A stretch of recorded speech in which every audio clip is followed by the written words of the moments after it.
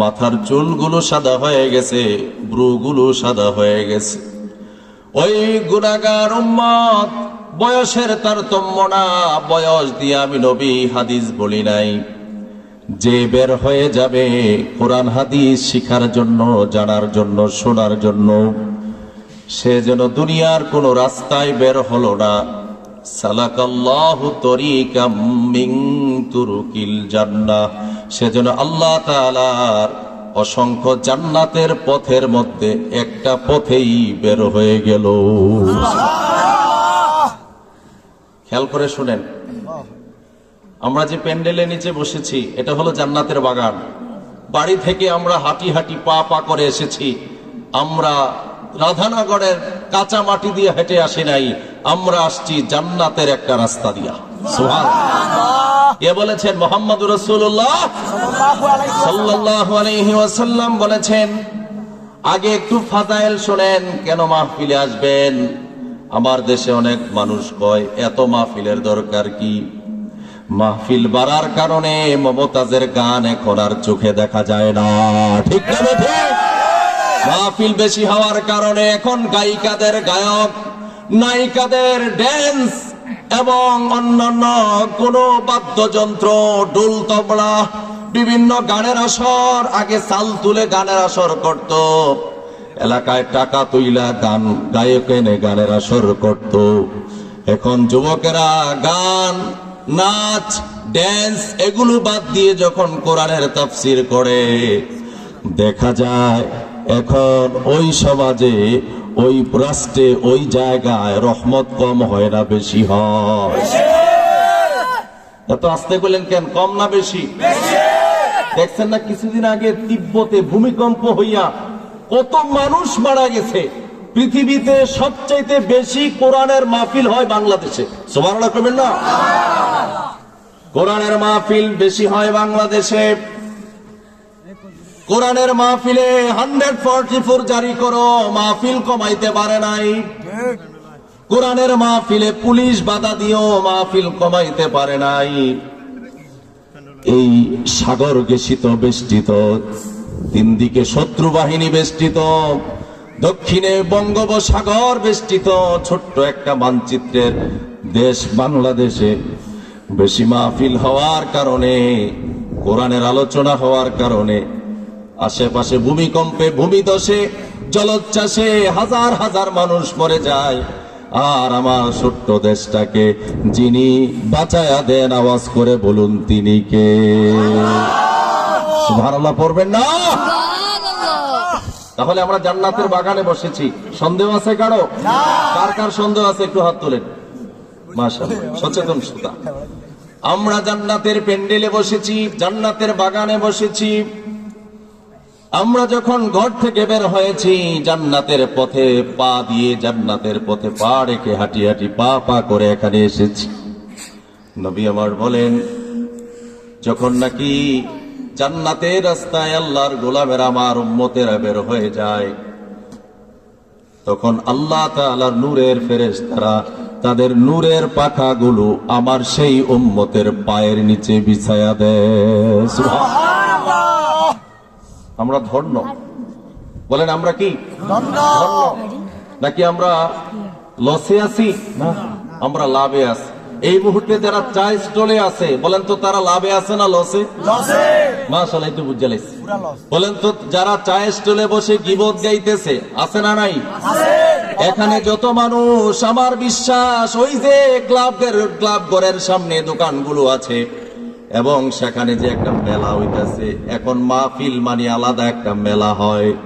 সেখানে যেই যুবকেরা, যেই মানুষেরা বিভিন্ন কাজে লিপ্ত, সেই মানুষগুলো যদি মাহফিলে আসতো, এই মাহফিলটা এত কম সুন্দর হতো না, আরো বেশি সুন্দর হতো, ঠিক না বেটি? মানুষের কারণে আমি আইতে পারছি না ভালো করে। ঠেললে আইছি মিয়া, ঠেললা মানে আমি আরেকজনে কয়ে হুজুর আইতেছে জায়গা দেশ না, মানে হুজুর আইতেছে জায়গা দেশ না কইয়া তার সরল লাগছে।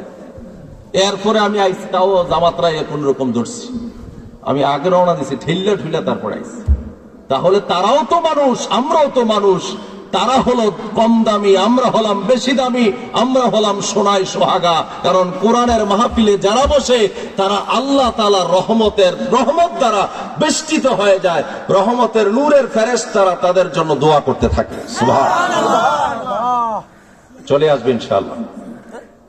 খেয়াল করে শুনুন, তাহলে আমরা ধন্য, আমরা কোরআনের মাহফিলে আসছি। আলহামদুলিল্লাহ পড়েন। গত বছর ছিল মাহফিলের সিজনে, যেমন আজকের মাহফিলের সভাপতি, ওনাকে দিয়ে আমরা একটু এক্সাম্পল দেই। উনি তো ছিল, মাহফিলের সভাপতিও বানানো হয়েছে, আজকে চলে গেছে কোথায়? আর আগামী বছর যে আমাদের মধ্য থেকে কেউ যাবে না, এটা কি কোনো সিউরিটি আছে ভাই? নাই। আপনাদের মধ্য থেকে কেউ চলে যাবেন, আমিও চলে যেতে পারি, এটা কোনো গ্যারান্টি নাই। আজকের মাহফিল হয়ে যেতে পারে কারোর জন্য জীবনের শেষ মাহফিল। কথা বলেন ঠিক না? তাহলে আমরা মাহফিলে আসতে পেরে খুশি না বেজার? বলেন আলহামদুলিল্লাহ। আমি আপনাদের খেদমতে বেশিক্ষণ কথা বলার সুযোগ পাবো না, কারণ বক্তা আছে আরো বড়, আমাদের শ্রদ্ধাভাজন দুইজন বক্তা আছেন। আমি যতটুকু কথা বলবো, কোরআনের আয়াত, একটি আয়াতে কারিমা তেলাওয়াত করেছি এবং রাসূল করিম সাল্লাল্লাহু আলাইহি ওয়াসাল্লামের অসংখ্য মুখ নিঃসৃত হাদিস মুবারক থেকে একটি হাদিস তেলাওয়াত করেছি। একটি আয়াত এবং একটি হাদিস, হাদিসগুলো আর একটু বেশি বলার চেষ্টা করব। কোরআনের আয়াতের অর্থ শুনুন। আজকে আপনাদের সামনে একটি বিষয় নিয়ে আলোচনা করতে চাই। যেহেতু অনেক মা এবং বাবা যারা আছেন তারা খুশি হবেন আজকের ওয়াজ শোনার পরে, তাফসীর শোনার পরে। মা বাবা যারা আছেন, মুরব্বী যারা আছেন, তারা খুশি হবে। আর যারা ইয়াং এবং যুবক যারা মা বাবার কথা শুনে তারা খুশি হবে। মা বাবার খেদমত করে যারা, তারা খুশি হবে। মা বাবার আনুগত্যশীল যারা, তারা খুশি হবে। আর যারা মা বাবার সাথে গার মোটা করে কথা বলে, চোখ রাঙিয়ে কথা বলে, মা বাবাকে গালি দেয়, তারা খুশি হবে না। তারা বরঞ্চ বিষের মতো মনে করবে। কথা বলুন ঠিক না? বলেন তো আমরা কার গোলাম? সন্দেহ আছে কারো? রব্বুল আলামিন বলেন, ক্বাদা রাব্বুকা আল্লা তা'বুদু ইল্লা ইয়াহু ওয়া বিল ওয়ালিদাইনি ইহসানা। চিল্লায় বলেন কার কথা? আল্লাহ রাব্বুল আলামিন বলেন সূরা বনী ইসরাঈল, ক্বাদা, তোমার রব, আর রব্বুকা, তোমার রব ফয়সালা করে দিয়েছেন, মীমাংসা করে দিয়েছেন। কোরআনের যত বিধান আছে এগুলা কোনো সন্দেহ নাই, এগুলা হলো মীমাংসিত। বলেন তো মীমাংসিত করে নাজিল করেছেন কে? নাকি কিছু সন্দেহ আছে? কোন সন্দেহ নাই, দ্বিধা সংকোচ নাই। আল্লাহ রাব্বুল আলামিন বলেন তোমার রব ফয়সালা করে দিয়েছেন, মীমাংসা করে দিয়েছেন। ক্বাদা ইয়াকদি, মাজির সিগা ব্যবহার করেছেন, ফয়সালা হয়ে গেছে, মীমাংসা হয়ে গেছে, মীমাংসিত বিষয়। কোনো আপোষ নাই, কোনো সে নাই, কোনো কথা নাই। আল্লাহ বলছেন আল্লাহ তা'বুদু ইল্লা ইয়াহু, তাকে ছাড়া আর কারো গোলামি করা যাবে না। বলেন তো কথাটা কার? যুবকরা কথা কও, কার? আরো জোরে বলেন কার? আমরা গোলামি করি কার? করব কার? যতদিন বাঁচবো গোলামি করব কার? কারা কারা আল্লাহর গোলাম হতে চাই? দুহাত তুলে আল্লাহকে দেখান। নারে তাকবীর, আল্লাহু আকবার, দিন ইসলাম জিন্দাবাদ, হাত নামান। আমরা কার গোলাম? মাহফিলের প্যান্ডেলে যতক্ষণ আছি না বাহিরে গিয়েও? মাহফিলের প্যান্ডেলে যতক্ষণ আছি ততক্ষণ আমরা আল্লাহর গোলাম হলে চলবে না। কারণ আল্লাহ বললেন উদখুলু ফিস-সিলমি কাফা, তোমরা ইসলামে পরিপূর্ণভাবে প্রবেশ করো। এটা কার কথা? পরিপূর্ণভাবে দাখিল হয়ে যাও। উদখুলু জামার সিগা, বহুবচন, প্লুরাল। তোমরা প্রবেশ করো, দাখিল হয়ে যাও, ইন্টার হয়ে যাও ফিসসিলমি, ইসলামের মধ্যে কাফাতান, পরিপূর্ণভাবে। এখন আপনি নামাজ ইসলাম মানেন, রোজাতে ইসলাম মানেন, যাকাত দেওয়ার সময় ইসলাম মানেন, হজ করার সময় ইসলাম ফলো করেন। কেমনে হজে যাবো, কেমনে তাওয়াফ করবো, কেমনে মিনায় যাবো, কেমনে মুজদালিফায় যাবো। কিন্তু আপনি সমাজ পরিচালনা করার সময় ইসলাম টোকান না, ইসলাম ভালো লাগে না।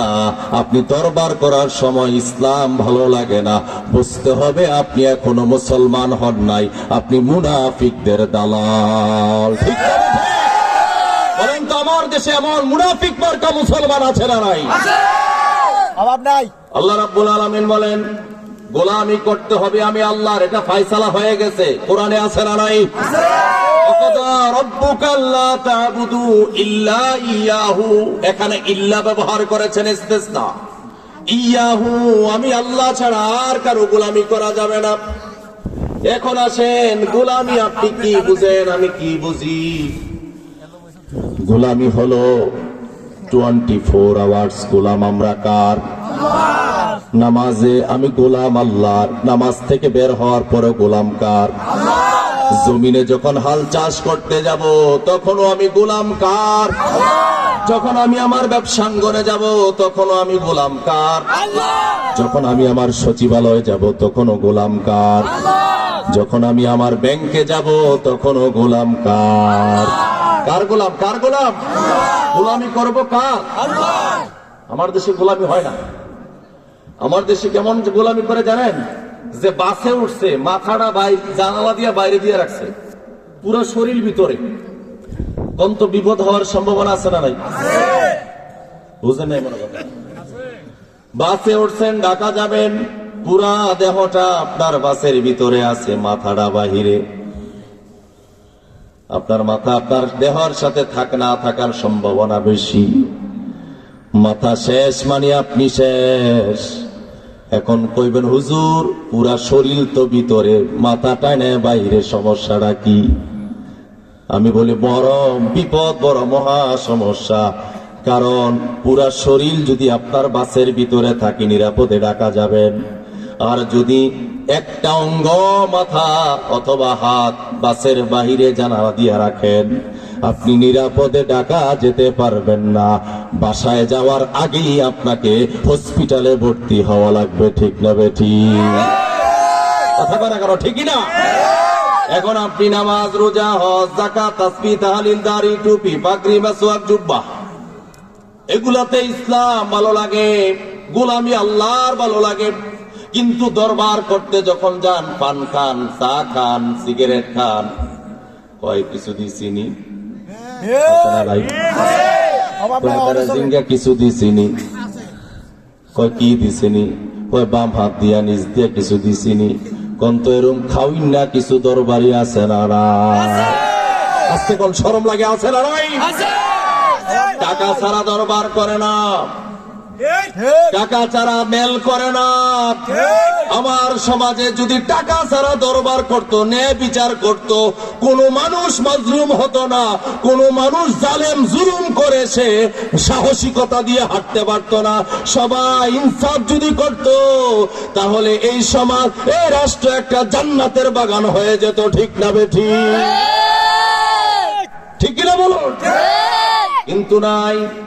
গোলামি তো আমি মসজিদে করে আইছি, দরবারে কি আমি আল্লাহর গোলাম করতে হইব নাকি? তেমন আমার ফ্যাট নাই নাকি? আমার পিঠ আছে না, ফ্যাট আছে না? কয় ফ্যাট আছে, পিঠ আছে। কয়গুলা গোশ না, কয়গুলা হাদিয়া মনে করে খাইও, কোনো পাপ হইতো না। হুজুরে যদি হাদিয়া খাইতে পারে, আমি যদি কিছু মিছা কথা হাসা কথা মিলাইয়া কিছু না খাইতে পারি, এটা তো আমার পেট ফির আছে, ছেলে মাইয়া বৌজি আছে, কি খাইব? এই ফতুয়ার মার্কা দিয়া, ট্র্যাক দিয়া যারা দরবারের নামে টাকা খাইয়া দরবার করে, ওই সমস্ত হাজি দরবারিরা, গাজী দরবারিরা, বড়লোক দরবারিরা আল্লাহর আদালতে পার পাবে না। ঠিক না বেঠিক? তাহলে দরবারে যারা করবে তখনও গোলামি করবে কার? বলেন না, বলেন না, কার? ফায়সালা হয়ে গেছে, আল্লাহর গোলামি ছাড়া কারো গোলামি করা যাবে না। মাথা নত করব কার কাছে? আমরা সেজদায় মাথা নত করি কার কাছে? নাকি দয়াল বাবার কাছে, লেঙ্কা বাবার কাছে, মেজবান্ডারের কাছে, দেওয়ানবাগির কাছে, রাজারবাগের কাছে, কুতুববাগের কাছে? কত বাঘ আছে আমার দেশে, বাঘের অভাব নাই। বাঘের কাছে গেলে তো আপনার খাইয়ে ফেলবো। বাঘের কাছে গেলে আপনি ঈমান নিয়ে আসতে পারবেন না, এমনকি আপনার বেঈমান হয়ে আসতে হবে। বাবার কাছে গেলে আপনি ঈমান নিয়ে আসতে পারবেন না। বাবার পায়ে সাজদায় পড়ে থাকে, নাউজুবিল্লাহ পড়বেন না? নাক আর কপাল বড় দামি জিনিস, কে বানাইছেন? পুরা দেহটা ফেরেশতারা বানাইছে। বাকারা, সূরা বাকারা পড়ে দেখবেন, তাফসীর পড়ে দেখবেন, পুরা আদমের দেহটা, আদম আলাইহিস সালামের দেহটা, পুরা দেহটা ফেরেশতারা বানাইছেন। শুধু চেহারাটা আমার আল্লাহ কুদরতি হাত দিয়া বানাইছেন। সুবহানাল্লাহ। তাফসীর কারকেরা, মুফাসসিররা তাফসীর করেছেন, কেন চেহারাটা আল্লাহ তাআলা বানাইছেন, জবানটা কেন বানাইছেন? কারণ এই জবান দিয়া বান্দা জিকির করবে কার? এই চোখ দিয়া কোরআন পড়বে কার? এই কান দিয়া কোরআন শুনবে কার? এই নাক দিয়া কপাল দিয়া সেজদা দিব কাকে? সুবহানাল্লাহ কইবেন না? নাক আর কপাল দিয়ে আমরা সেজদা দেই কাকে? সেজদা দিলে, আল্লাহর সেজদা দিলে শান্তি লাগে কি লাগে না? আমার দেশে সেজদা দেয় এমন সেজদা, মুরগি যেমন আদার খায় ঠিক তেমন ভাবে সেজদা দেয়। এজন্য নামাজও পড়ে সুদও খায়, নামাজও পড়ে ঘুষও খায়, নামাজও পড়ে ক্ষেতের লাইলও ঠেলে। কথা বলেন ঠিক না বেঠিক? কিন্তু নামাজ পড়ুন না, মুসল্লি তো লাইল ঠেলার কথা না, সুদ খাওয়ার কথা না, ঘুষ খাওয়ার কথা না, দুর্নীতি করার কথা না। নামাজও পড়ে আবার দেশের টাকা মেরে বিদেশে একটা দুইটা বাড়ি বানাইছে না, ৬২টা বাড়ি বানাইছে। জোরে কয় না নাউজুবিল্লাহ? করছে কি? খেয়াল করছেন নি? একটা দুইটা বাড়ি বানালে তো স্বার্থ মন্ডারে বুঝ দিতাম, যাক মন্ত্রী টন্ত্রী আসলো, এক দুইটা বাড়ি বিদেশ থাকে। পত্রিকা আইছে ও হেতা নাকি বিদেশে ৬২টা বাড়ি, ফ্ল্যাট ৬২টা, কানাডার বেগমপাড়ায় বাড়ি, কত জায়গায় যে আমার দেশের মন্ত্রীরা বাড়ি থাকে। আরে আমার দেশের কিছু মুরব্বীর আগে কইতো যে হোগো নাই তেনা মিডাই দিয়া খানা। কথা কয় না কেন? ঠিক না বেঠিক? বাপ দাদার 14 গোষ্ঠী কেমন ছিল, আর তুই বাড়িতে একটা না 10টা 20টা বাড়ি না 30টা না ৬২টা বাড়ির মালিক। এ দেশকে ধ্বংসের অতল গহ্বরে ঠেলে দিয়ে যারা এরকম বিদেশে দেশের জনগণের ঘাম জড়ানো টাকা দিয়ে বাড়ি বানিয়েছে, ওই সমস্ত দূষরদেরকে পুনরায় দেশে আর পুনর্বাসন করতে দেওয়া হবে না। কথা বলে না কেন? ঠিক না বেঠিক? কেন দুহাত তোলা আল্লাহকে দেখো। আরে তাকবীর! আরে তাকবীর! আল্লাহু আকবার! ইসলামের শত্রুরা হুঁশিয়ার সাবধান! আরে তাকবীর! আগিলা লো আগিলা, কত ভালো আসিলা, হ্যাঁ এত ভালো কথা বলতে পারি নাই আমরা ময়দানে। হুজুর কথা না বললে মাহফিল করছেন কেমনে? একটা কলিজার মধ্যে ভয় নিয়ে তারপর স্টেজে যেতাম, গাড়িতে উঠতাম, কত দোয়া নিতাম, সহি সালামতে ফিরে আসতে পারি কিনা, নাকি অ্যারেস্ট হয়ে যাই, নাকি গুম হয়ে যাই, নাকি জেলখানায় চলে যাই, এরকম হাজারো চিন্তা নিয়েই ময়দানে কথা বলতে হয়েছে। এখন আর পুলিশের অ্যারেস্টের ভয় নাই। পুলিশ এখন মাহফিল বন্ধ করার জন্য আসে না, বরং পুলিশ মাহফিলে শৃঙ্খলা দেওয়ার জন্য, ভলেন্টিয়ারের দায়িত্ব পালন করার জন্য আসে। কথা বলেন ঠিক না বেঠিক?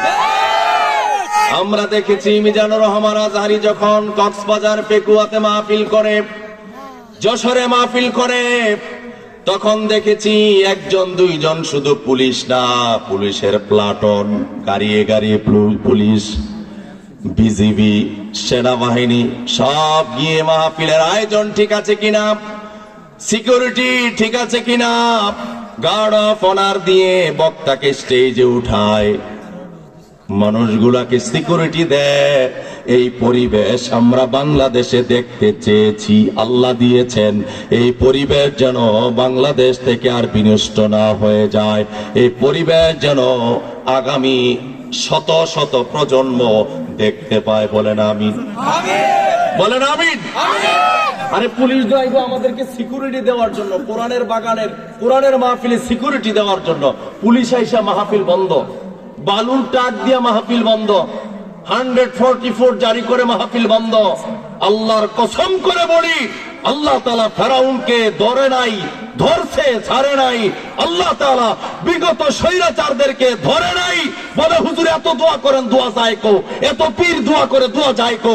দোয়া আল্লাহর আরশে জমা হইছে, জমা হইয়া যখন ভারী হইছে তখন আল্লাহর সাহায্য নেমে আসছে। কথা বলুন ঠিক না বেঠিক? খেয়াল করে শুনুন, আল্লাহর গোলামি ছাড়া কারো গোলামি করা যাবে না।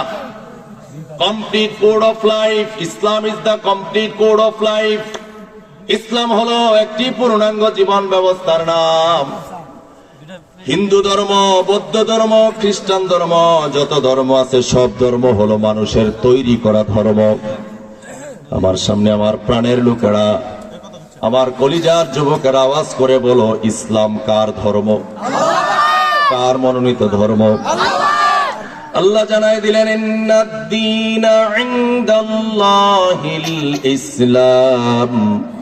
একমাত্র, কেবলমাত্র, শুধুমাত্র আমার কাছে মনোনীত সিলেক্টেড ধর্ম হলো ইসলাম। কি কি? ইসলাম। আমরা ইসলাম মানি, পরিপূর্ণ আল্লাহর গোলামি করব। বলেন ইনশাআল্লাহ।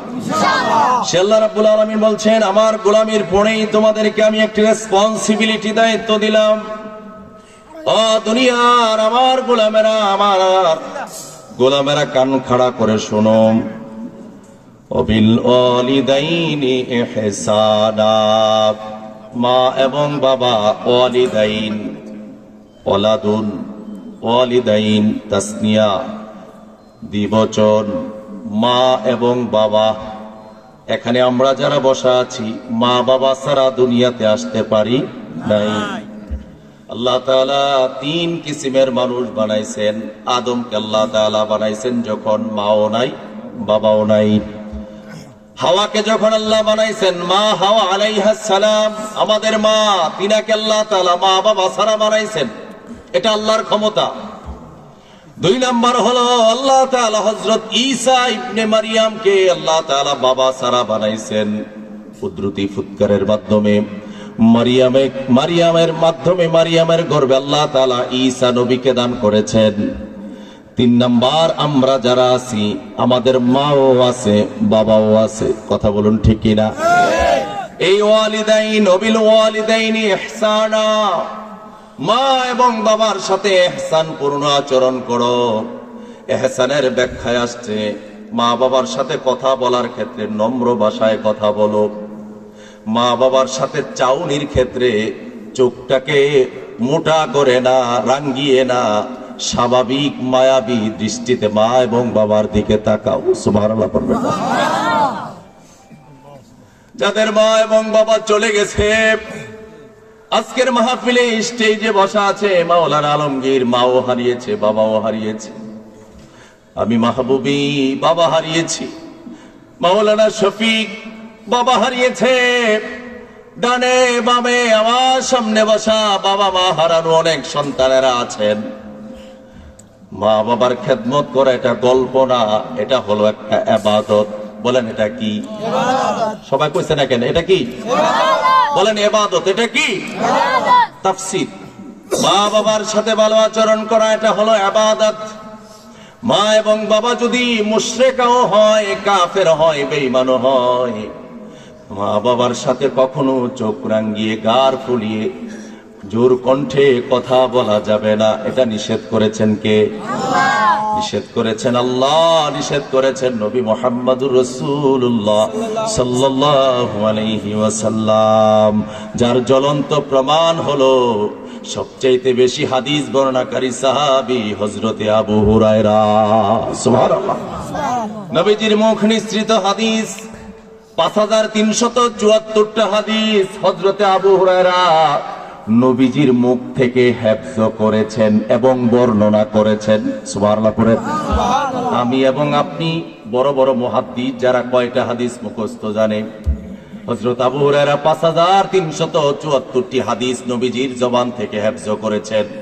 ওই আবু হুরায়রা কোনো একদিন নবীজির দরবারে কান্নামুখী হয়ে দাঁড়িয়ে আপিল করলেন, ইয়া রাসূলুল্লাহ, ইয়া হাবিবাল্লাহ, গো আল্লাহর নবী, আমি যে আপনার দরবারে আসি, আমার মা পছন্দ করে না, আমি এখন কি করব আপনি বলুন।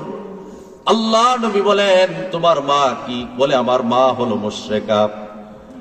তোমার মায়ের বিরুদ্ধে কোনো নালিশ নিয়ে আমার কাছে আসছো নাকি? বলে, না হুজুর, নালিশ নিয়ে আসি নাই, শুধু আপনি আমার মায়ের জন্য একটু আল্লাহর কাছে হেদায়েতের দোয়া করেন। সুবহানাল্লাহ পড়েন। মায়ের জন্য হেদায়েতের দোয়া করেন। তোমার মায়ের বিরুদ্ধে আমার কাছে কোনো নালিশ নিয়ে এসো না, তোমার মায়ের বিরুদ্ধে কোনো নালিশ আমি পছন্দ করি না। হযরত আবু হুরায়রা এই কথা বলার পর আল্লাহর হাবিব আবু হুরায়রার সামনেই দোয়া শুরু করে দিলেন, আল্লাহুম্মা হদি উম্মি আবি হুরায়রা, আল্লাহ তুমি আবু হুরায়রার মাকে হেদায়েত দিয়ে দাও। সুবহানাল্লাহ। এই দোয়া করেছেন মুহাম্মদ রাসূলুল্লাহ সাল্লাল্লাহু আলাইহি ওয়াসাল্লাম। মুহাম্মদ সাল্লাল্লাহু আলাইহি ওয়াসাল্লাম দোয়া করেছেন, নবী হলেন মুস্তাজাবুদ দাওয়া, নবী হলেন যা দোয়া করেছেন তা দোয়া কবুল করেছেন কে? আল্লাহ। নবী দোয়া করেছেন, আল্লাহুম্মা হদি উম্মা আবি হুরায়রা, হে আল্লাহ আবু হুরায়রার মাকে তুমি হেদায়েত নসিব করে দাও। নবীজিকে দোয়ার মধ্যে রেখে আবু হুরায়রা বাড়ির দিকে দৌড় মারলেন। সাহাবীরা দেখতে পেলে আবু হুরায়রা দৌড়ায়, শান্ত মানুষ কোনোদিন দৌড়াতে দেখি নাই। পিছন দিক দিয়ে জামা টেনে আঁকড়িয়ে ধরলেন, বলেন দৌড়াও কেন? কয়, তোমরা আমার জামা ছাড়ো, আমি গিয়ে দেখতে চাই নবীজির দোয়া আগে পৌঁছে গেছে নাকি আমি আবু হুরায়রা বাড়িতে আগে পৌঁছে যেতে পারি। সুবহানাল্লাহ। গিয়ে দেখলেন আসলেই নবীজির দোয়া আল্লাহর দপ্তরে আবু হুরায়রা বাড়িতে পৌঁছার আগে কবুল হয়ে গেছে। আর আস্তে কোন সুবহানাল্লাহ। আমার বলা ঘটনা বলা, ওয়াকিয়া বলা, ওই দিকে বলা উদ্দেশ্য না। বলা উদ্দেশ্য হলো, মা এবং বাবা যদি মুশরিকা হয়, কাফের হয়, তাদের সাথে খারাপ ব্যবহার করা যাবে না। আল্লাহর হাবিব বলেন, হাদিসের ব্যাখ্যা হলো কোরআনের ব্যাখ্যা হলো হাদিস, কোরআনের ব্যাখ্যা হলো হাদিস। নবী বলেন, রিদা রব্বি ফি রিদাল ওয়ালিদাইন ওয়া সাখাতুর রব্বি ফি সাখাতিল ওয়ালিদাইন। মা এবং বাবা যদি যেই সন্তানের প্রতি খুশি হয়ে যায়, ওই সন্তানের প্রতি খুশি হয়ে যান কে? আল্লাহ। এ পাশে তারা বলে না কে? আল্লাহ। মা এবং বাবা যদি যেই সন্তানের প্রতি নারাজ হয়ে যায়, ওই সন্তানের প্রতি নারাজ থাকে কে? বলেন, আমরা আল্লাহর খুশি চাই না রাগ চাই? যুবকরা চিল্লে বলো, খুশি না রাগ? তাহলে মা বাবার সাথে খারাপ ব্যবহার করা যাবে নাকি? আমার দেশের যুবকেরা মোবাইল ফোন না কিনা দিলে মা এবং বাবারে গালি দেয়, শুধু গালিয়ে দেয় না, বরং মা বাবার গায়ে হাত তোলে। এমন কিছু পোলা পায় না আমার গ্রামেও আছে না নাই? এই কথা বলে কোন আছে না নাই? কয় এই সেটটা পছন্দ হয়েছে না, নতুন আপডেট ভার্সন বার হইছে, ওইটা কিনতে হইব। মাত্র পরে 9-এ, ক্লাস 9-এ পরে, বাবা সিএনজি চালায়, বাবা সামান্য একটা ব্যবসা করে। কয় এই সেটটা যদি আমি না কিনতে পারি তাহলে ফাঁসি দিয়া মইরা যাবো। এই ভার্সনের, নিউ ভার্সনের এফজেড মোটর সাইকেলটা যদি আমাকে কিনে না দাও তাহলে আমি রাস্তায় জীবন দিয়া দিব। বলেন, তেমন কিছু পোলাপাইন আছে না নাই? আসেনি? থাকলে কোয়েন যে আছে, না থাকলে কোয়েন নাই।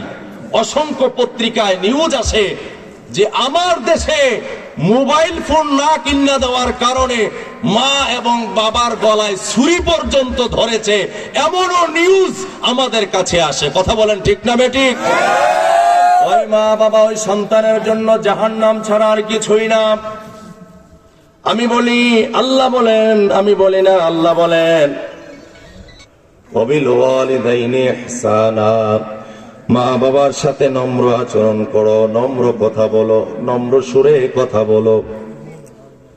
ওয়াবিল ওয়ালিদাইনি ইহসানা ইম্মা ইয়াবলুগান্না ইনদাকাল কিবারা, তারা যখন পৌঁছে যায় বৃদ্ধ অবস্থায়, আহাদুহুমা, তাদের দুইজনের একজন, আও কিলাহুমা, অথবা দুইজন উভয়, মা এবং বাবা দুজন যখন বৃদ্ধ অবস্থায় উপনীত হয়, বুড়া হয়ে যায়, বুড়ি হয়ে যায়, তখন সন্তানের দায়িত্ব হলো তাদেরকে বৃদ্ধাশ্রমে দিয়ে আসা। কথা কথা দিয়ে আসা। আমার দেশের এলিট পার্সন যারা, আমার দেশে এটা খুব কম, কিন্তু পশ্চিমা সংস্কৃতি হলো যে ইয়াং, সেই ইয়াং এর সাথে থাকবে, তার গার্লফ্রেন্ডের সাথে সময় দিবে। বিয়ে যে হয় কিনা এটা আল্লাহ ভালো জানে, বিয়ে তো নাই। একজন ছেলে কয়জনের পিছনে সময় দেয় এটা আল্লাহ ছাড়া আর কেউ জানে না। কথা বলে না কেন, ঠিক না? অমুক সাগরের পারে একজনের সাথে সময় দেয়, অমুক বিচে আরেকজনের সাথে সময় দেয়, অমুক হোটেলে আরেকজনের সাথে সময় দেয়, ঘরে এক বউ রেখে কয়েকজনের সাথে টাইম পাস করে। কয় বুড়াও ভালো লাগে না, বুড়িও ভালো লাগে না, তাদেরকে ওল্ড হোমে রেখে আসো। ওল্ড হোম মানে হলো বৃদ্ধাশ্রম। আমার দেশেও বৃদ্ধাশ্রম আছে। আপনাদেরকে আশ্বস্ত করতে চাই, বৃদ্ধাশ্রমে যারা যায় তাদের কপাল এত পোড়া। এই মা বাবারও কিছু দোষ আছে, কারণ ছেলেদেরকে কোরআন শিখায় নাই, ছেলেদেরকে হাদিস শিখায় নাই। এক সাংবাদিক বৃদ্ধাশ্রম ভিজিট করতে গিয়ে বুড়াদেরকে বুড়িদেরকে জিজ্ঞেস করে, বাবা আপনার ছেলে মেয়ে আছে? বলে আছে। কয় কি করে? কয় আমার ছেলে মেয়ে ডাক্তার। কয় আপনার মেয়ে? কয় আমার মেয়ে ইঞ্জিনিয়ার। কয় আপনার ছেলে? কয় আমার ছেলে লন্ডন, আমার ছেলে ইটালি, আমার ছেলে ইঞ্জিনিয়ার, আমার ছেলে জজ। এরকম এক এক করে ডেফিনেশন, সংজ্ঞা দিচ্ছে। কিন্তু ওই সাংবাদিক একটা বুড়া এবং বুড়ির মুখ থেকে শুনে নাই যে আমার ছেলে কোরআনের হাফেজ, আমার ছেলে মসজিদের ইমাম, আমার ছেলে মাদ্রাসার মুহাদ্দিস, আমার ছেলে বড় আলেম, বড় বক্তা। তাহলে বোঝা গেল যে সন্তানকে কোরআন এবং হাদিস শিক্ষা দেওয়া হয় না, ওই সন্তান দুনিয়াতেই মা বাবাকে ঘরে রাখতে পছন্দ করে না, বৃদ্ধাশ্রমে রাখতেই পছন্দ করে। ঠিক না বেঠিক? আল্লাহে, আল্লাহর কসম বানায় বলি না, এটা এক সাংবাদিকের ব্রিফিং, যে একটা বুড়ো বুড়ি বৃদ্ধাশ্রমে যারা আছে পায় নাই যে আমার ছেলে কোরআনের হাফেজ, আমার ছেলে আলেম, আমার ছেলে দ্বীনের দায়ী, আমার ছেলে বড় মসজিদের খতিব, বড় ইমাম। তাহলে বোঝা গেল কোন আলেমের মা বাবা কোনদিনও বৃদ্ধাশ্রমে যায় না, কোন কোরআন প্রেমিকের মা বাবা, ভালো নেককার সন্তানের মা বাবা কোনদিনও বৃদ্ধাশ্রমে যাওয়া লাগে না। মা বাবার বৃদ্ধাশ্রমে দিবেন না। হুজুর বৃদ্ধাশ্রম কোথায়? অনেকে বৃদ্ধাশ্রম নতুন নতুন শুনছে না। আমার দেশে আমি আপনাদেরকে বলছি, অনেকেই নিজেরা আরামে থাকেন, নিজেরা এসি রুমে থাকেন, নিজেরা বিল্ডিং রুমে থাকেন, কিন্তু আপনার মা এবং বাবাকে যেই ঘরে গরু থাকে ওই অর্ধেকটা থাকে গরু আর অর্ধেকটা থাকে মা এবং বাবা। কথা বলেন ঠিক না বেঠিক? মা বাবার খেদমত করুন, মা বাবার চেহারার দিকে রহমতের নজরে তাকান, মায়ার নজরে তাকান। আল্লাহর হাবিব বলেন, কেউ যদি মা বাবার চেহারার দিকে মায়াবী নজরে তাকায়, সওয়াবের নিয়তে আশা নিয়া মা বাবার চেহারার দিকে মায়ার নজরে তাকায়, আল্লাহ রাব্বুল আলামিনের নবী বলেন প্রতি তাকানোর বিনিময়ে তার আমল নামায় কবুল হজের সওয়াব আল্লাহ দিয়ে দেয়। সুবহানাল্লাহ। সাহাবীরা প্রশ্ন করল, ইয়া রাসূলুল্লাহ, মা এবং বাবার চেহারার দিকে তাকাইলে হজের সওয়াব, কবুল হজের সওয়াব, তাহলে কেউ যদি দৈনিক 100 বার মা বাবার চেহারার দিকে তাকায় থাকে, হাসি মুখে, মায়াবী মুখে, চেহারা নিয়ে, সুন্দর চেহারা নিয়ে হাসি মুখে কথা বলে তাকায় থাকে 100 বার, তখন নবীজি বলছেন আল্লাহু আকবার ওয়া আতিয়াব। হাদিসের ইবারত যে আল্লাহ মহান, আল্লাহ বড়, আল্লাহ পবিত্র, আল্লাহ তাআলার কাছে সওয়াবের কোনো কমতি নাই।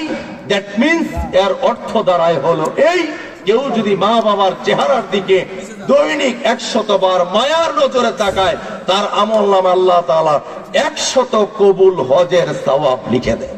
সুবহানাল্লাহ। শুনুন, আর খেয়াল করে শুনুন, মা বাবার সাথে উপ শব্দটা বলা যাবে না, পারতাম না। ঘাড় মোড়ে কথা বলা, চোখ রাঙিয়ে কথা বলা। আপনি তো জীবনের শ্বশুরের সাথে চোখ রাঙিয়ে কথা বলেন নাই? যারা বিয়ে করছেন, আমি তো বিয়ে করছি, কোথাও তো কোনোদিন শাশুড়ির সাথে আপনি চোখ রাঙিয়ে কথা বলেন নাই। মা বাবার জন্য হাতের মধ্যে খরচ ওঠে না, কিন্তু শ্বশুর বাড়ির যাওয়ার সময় খরচ এক হাতে নেয় না, দুই হাতে নেয়। কথা বলে না কেন, ঠিক না বেঠিক? নেন, কোনো সমস্যা নাই, কিন্তু মা এবং বাবাকে ছেড়ে দিয়ে না। খেয়াল করে শুনুন, মা এবং বাবার সাথে উপ শব্দটিও বলা যাবে না। উপ শব্দটি বিরক্তিকর শব্দ, এটাও বলা যাবে না। মুফাসসিরিনে কেরাম বলেছেন মা এবং বাবা উফ করে এমন ব্যবহার করা যাবে না। ওয়াকুল্লাহুমা কওলান কারীমা, তাদের সাথে নরম ভাষায় কথা বলতে হবে। ওয়াকফিদ লাহুমা জানাহায যুল্লি মিনার রাহমাত, এবং তাদের জন্য রহমতের ডানাগুলো বিছাই দিতে হবে। রহমতের ডানা মানে কি? আপনার ডানা কই? আপনার হাতে না আছে, পায়ে না আছে। এখন রহমতের ডানা দিয়ে এখানে আল্লাহ তাআলা বুঝাইতে চাচ্ছেন মা এবং বাবা যা বলে যদি বৈধ হয়, অবৈধ না। মা বাবা যদি বলে অমুকের ঘরে এটা চুরি করে আয়, ডাকাতি করে আয়, এটা করা যাবে না। অমুকের গাছের ফল চুরি করে আনো, এটা করা যাবে না। অমুকের ক্ষেতের এই ফসলটা নিয়ে আসো, এটা করা যাবে না। বৈধ যত আদেশ আছে সমস্ত আদেশের কাছে আপনি আমি যখন মাথা নত করে দেব, এটাকেই বলা হয় মা এবং বাবার কাছে তাদের পদতলে পরশগুলো বিছায়া দেওয়া। সুবহানাল্লাহ। এখন আমার দেশে খেদমত গুজারি সন্তান খুব কম। এখানে আমার সামনে যারা বসা আছেন, মা এবং বাবা আছে, কাদের একটু হাত তুলেন তো দেখি। মাও আছে, বাবাও আছে, মাশাআল্লাহ, হাত নামান। মা এবং বাবার সাথে অতীতে যত বেয়াদবি করেছেন, আজকে যাইয়া মাপ চাবেন, বলবেন মা মাফ করে দাও, বাবা অনেক ভুল করেছি, আপনি আমাকে ক্ষমা করে দেন। দেখি এটা বলতে পারবেন কারা কারা, একটু দেখি। ওই হাত তোলে না তো, ওই তো শরম লাগে। শরম কিসের? যদি মা বাবা আপনার প্রতি রাগ করে থাকে, আপনি জান্নাতে যেতে পারবেন না। হাদিস শুনুন, এক সাহাবী আল্লাহর হাবিবের কাছে এসে আকবালা রাজুলুন ইলান নবী সাল্লাল্লাহু আলাইহি সাল্লাম, নবী সাল্লাল্লাহু আলাইহি সাল্লামের কাছে আগমন করলো। ফাকালা উবাইয়ুকা আলাল হিজরাতি ওয়াল জিহাদ, ইয়া রাসূলুল্লাহ, আমি আপনার কাছে বায়াত গ্রহণ করতে চাই। কিসের বায়াত? হিজরতের বায়াত। হিজরত করব আপনার সাথে। ওয়াল জিহাদ, এবং জিহাদ করব আপনার সাথে। আবতাগিয়াল আজরা মিনাল্লাহ, আমি আপনার সাথে হিজরত করে জিহাদ করে আল্লাহর কাছে বড় উজরত নিতে চাই, যাজা নিতে চাই, সওয়াবের অধিকারী হতে চাই।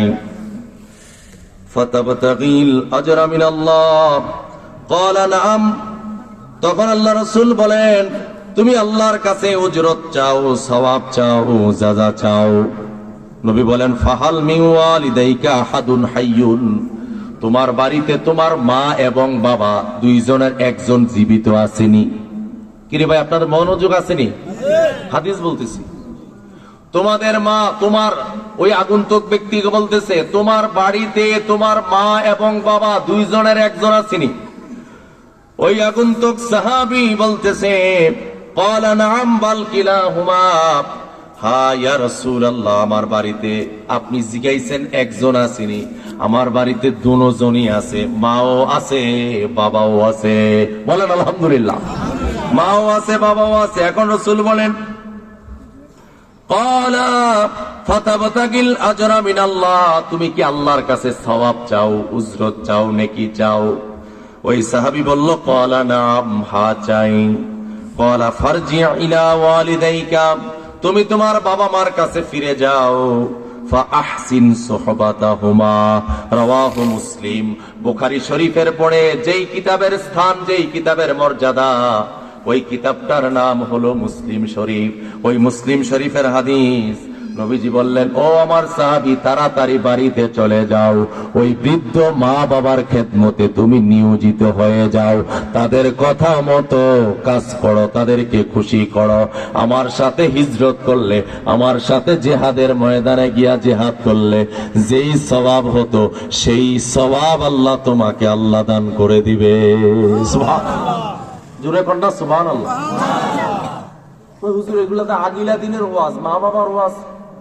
আরে মিয়া, আপনার মা বাবা যদি আপনার প্রতি, আমি আবারও বলি, আপনার সুন্দর রমণীর কথা শুনে, পুত্রবধূ আপনার আপনার বধূর কথা শুনে যদি আপনি আপনার মা এবং বাবার সাথে রাগ করে থাকেন, কথা যদি না বলেন বাস্তবসম্মত কোনো কারণে, তাহলে আপনি যত নামাজ পড়বেন কোনো নামাজ কবুল হবে না। আমি ফতুয়া দিয়ে গেলাম।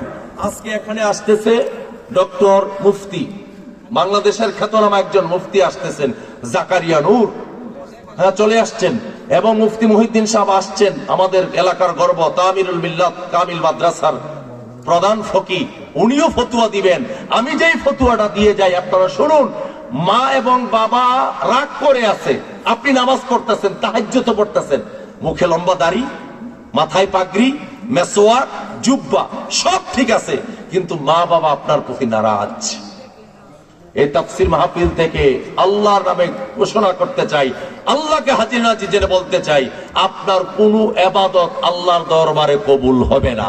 এজন্য বলছি, এখনে যাইয়া মা বাবার সাথে ধরে চুমু খেয়ে, কপালে চুমু খেয়ে বলবেন, মা ভুল হয়ে গেছে, আমাকে মাফ করে দাও, বাবা বেয়াদবি হয়ে গেছে, আমাকে ক্ষমা করে দেন। ওই মা এবং বাবা বলবে না, যা বেটা তোকে আমি মাফ করবো না। মা এবং বাবা বলবে, বাবা আয়, তুই আমার কোলে আয়। কপালে চুমু খেয়ে বলবে, তুই কি ভুল করেছিস, তুই কোনো ভুল করিস নাই, তোকে আমি মাফ করে দিলাম। সুবহানাল্লাহ। পারবেননি? পারবেননি? কথা কেন তো পারবেন? ওই সাহাবীর ঘটনা, যে মা বাবার খেদমতে চলে যাও, আমার সাথে হিজরত করে, জিহাদ করে যে সওয়াব হবে, ওই অনুরূপ সওয়াব আল্লাহ তোমার আমলনামায় দিয়ে দেবে। সুবহানাল্লাহ। এরপর আল্লাহর হাবিব বলেন, মা মিন ওয়ালিদিন, এটা বলে ফেলছি, আল্লাহ রাসূল বলেন, সালাসাতু দাওয়াতি মুস্তাজাবুন মুস্তাজাবাতুন লা শাক্কা ফিহিন্না। আওয়াজ করে বলুন, তিন ব্যক্তির দোয়া আল্লাহর দরবারে সরাসরি কবুল হয়ে যায়। কয় ব্যক্তির দোয়া? তিন ব্যক্তি। এক নাম্বার, দাওয়াতুল মাজলুম, মাজলুম যখন আল্লাহর দরবারে দোয়া করে, ওই দোয়া সরাসরি আল্লাহর দফতরে কবুল হয়ে যায়। দুই নাম্বার, দাওয়াতুল ওয়ালিদি লিওয়ালাদিহি, ও সন্তানেরা, মা বাবার মনে কষ্ট দিও না, মা বাবার মনে রাগ করায় না, মা বাবার অবাধ্য হয়ে চলো না। আমার কাছে, আমার গ্রামে কত মা বাবা আমার কাছে নালিশ করে, হুজুর আমার ছেলেটার এত কষ্ট করে পালছি, এত কষ্ট করে না খাইয়া নিজে ছেলেটারে খাওয়াইছি, নিজে না পইরা ছেলেটারে পড়াইছি, এখন সুন্দরী বউ পায়া মা বাবারে বুইলা গেছে। বলেন তো এমন কিছু ছেলে আছে না? না, আস্তে কইছে, ফোলামেন্দ তারার লগে মিলতে আস্তে কইছে, বলেন আছে না নাই? জোরে বলতে হবে, আছে না নাই? ওই আছেটা এটা নাই করতে হবে। এখন যে কইছেন আছে, এটা নাই বানাইতে হইব। আমরা কি পারবো ইনশাআল্লাহ? খেয়াল করে শুনুন, তিন ব্যক্তির দোয়া সরাসরি কবুল। লা হিজাবা বাইনাদ দোয়া, ওই দোয়ার মাঝে কোনো হিজাব থাকে না, পর্দা থাকে না। এক নাম্বার হলো দাওয়াতুল মাজলুম, মাজলুম যখন দোয়া করে, দোয়া কবুল হয়ে যায়। মাজলুমের চোখের পানি যে কবুল হয় আমরা বুঝতে পেরেছি। কথা বলে না কেন, ঠিক না বেটি? মাজলুমেরা কান্না করেছে, আল্লাহ জালেমদেরকে বিদায় করেছে যুগ যুগ ধরে। জালেম হইয়েন না, ক্ষমতা পাইয়া জুলুম কইরেন না। কয় এক জুলুম বিদায় হইছে, যদি আবার যারা ক্ষমতায় আসেন, যদি আবার জুলুম করেন, তাহলে সেই আল্লাহ থাকবে নাকি থাকবে না? আস্তে কইছেন কেন, থাকবে নাকি থাকবে না? আরে মিয়া, আমি যদি ক্ষমতার চেয়ারে বসে আমিও যদি জুলুম করি, তাহলে আমার বিচার করবেন কে? এটা তো সোজা ওয়াজ। আমি যদি ক্ষমতা পাইয়া আমিও যদি অন্যায় করি, জুলুম করি, ইসলামের বিরুদ্ধে অবস্থান নেই, আমাকেও শায়েস্তা করবেন কে? তাহলে জুলুম করা যাবে না। আল্লাহ রাসূল সাল্লাল্লাহু আলাইহি ওয়াসাল্লাম বলছেন, হাদিসে মিশকাত শরীফের হাদিস, তোমরা জালেমকেও সাহায্য করো, মাজলুমকেও সাহায্য করো। তো সাহাবী কয়, হুজুর জালেম মাজলুমকে সাহায্য করবো এটা বুঝছি, জালেমরে কেমনে সাহায্য করব? নবীজি কত সুন্দর, তিনি শুধু মসজিদে নববীর ইমাম ছিলেন না, তিনি ছিলেন সর্বদিকে শ্রেষ্ঠ একজন মহানায়ক। যেরকম সুবহানাল্লাহ।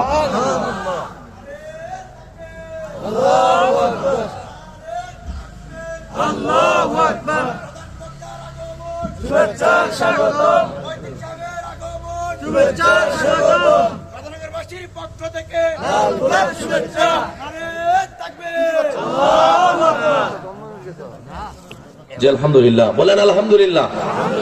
আমাদের স্টেজে এসে উপস্থিত হয়েছেন বাংলাদেশের আলিয়া মাদ্রাসার জগতের শ্রেষ্ঠ বিদ্যাপীঠ ঐতিহ্যবাহী আমিরুল মিল্লাত কামিল মাদ্রাসা যাত্রাবাড়ি মেইন শাখার সম্মানিত স্বনামধন্য প্রধান মুফতি ফকিহ ধামতি আলিয়া মাদ্রাসার এক সময়ের স্বনামধন্য মেধাবী ছাত্র, আমরা যার অনুজ ছিলাম, আমরা যার হাতে গড়ে উঠতে পারি নাই, আমার শ্রদ্ধাভাজন দায়িত্বশীল এবং রাহবার উস্তাদ সমতুল্য, হ্যাঁ আমাদের পাশের গ্রাম পুরা